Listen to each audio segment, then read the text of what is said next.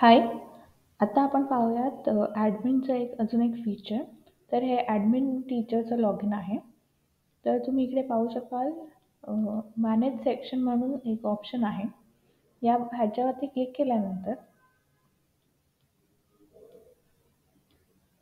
तुम्ही इकडे पाहू शकाल खूप सारे सेक्शन्स ऑलरेडी क्रिएटेड आहेत. तर इथे तुम्ही जो ऑलरेडी क्रिएट केलेला सेक्शन आहे त्याला तुम्ही एडिट करू शकता. तर इथे स्टेटस म्हणून एक ऑप्शन आहे. तर तुम्ही ह्याला ॲक्टिव्ह किंवा इनॲक्टिव्ह करू शकता या सेक्शनला. इथे खूप सारे टीचर्सचे नेम आहेत. तिथे तुम्ही ते कोणत्या टीचरला ॲड करायचं किंवा कोणत्या टीचरला डिलीट करायचं असेल तर तुम्ही इकडून करू शकता.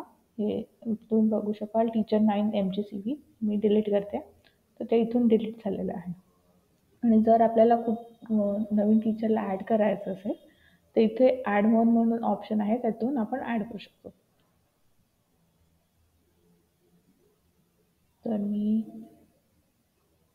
टीचर 8 MGCV टीचरला ॲड केलेला आहे.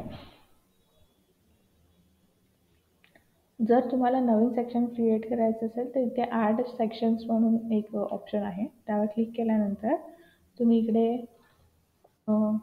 त्या सेक्शनचा डिटेल्स टाकू शकता.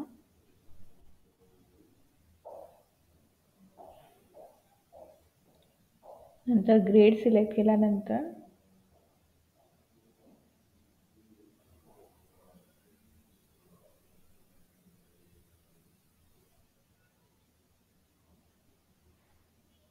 तुम्ही इथून डायरेक्टली टीचरला ॲड किंवा डिलीट करू शकता. मी इथे ॲड करते आहे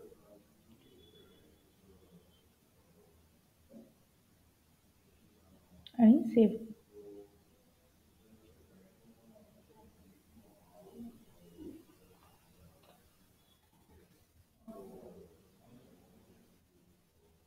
तर हे सेक्शन ॲड झालेलं आहे. तुम्ही ॲड झालेलं सेक्शन इकडे सर्चमध्ये सर्च करू शकता. तर हे डेमो 8B आपण मगाशी सेक्शन ॲड केलेलं आहे. Thank you.